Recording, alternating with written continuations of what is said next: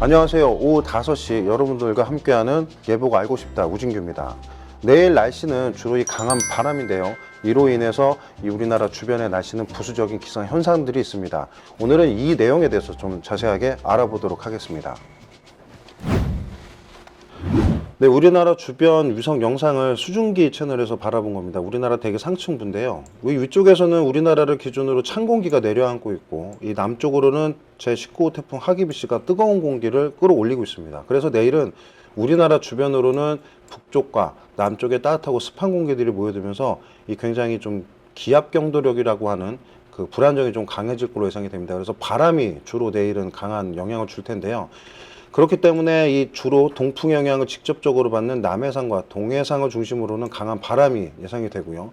그리고 남해안과 동해안을 중심으로는 강풍까지도 지금 우려가 되는 상황입니다. 그래서 이에 대비가 필요하고요. 특히나 내일 형성되는 기압계는 이 찬 공기로 인해서 우리나라 북쪽에는 고기압이 형성이 되고요. 이 남쪽에는 태풍이 몰고 온 이 동풍류들이 형성이 되기 때문에 강한 동풍류에 의한 이제 강한 바람들이 예상이 됩니다. 그래서 이러한 동풍류들이 우리나라 백두대간 쪽으로 밀어붙이게 되면 이 동해안 쪽에서는 지형적 영향으로 인해서 이 비들이 좀 내릴 수가 있습니다. 그래서 비에 대한 참고를 하셔야 되고요. 반면에 서쪽 지방을 중심으로는 우리가 일종의 팬 현상이라고 얘기를 해서 강수를 불러일으킨 공기들이 서쪽으로 내려올 때는 기온이 좀 더 올라가는 그런 형태들이 있습니다. 그래서 내일 서쪽 지방을 중심으로는 기온이 약 26도까지 오를 가능성이 있습니다. 그래서 낮 기온은 조금 다소 오르고요. 남부 지방은 거기에 이 일사효과까지 더해지면서 기온이 좀 더 오를 것으로 전망이 됩니다. 네, 끝으로 그 크루스님이 이 동영상에 대해서 질문을 좀 주셨는데요. 지역마다 서리가 내리는 시기가 다른가요? 라는 첫 번째 질문입니다.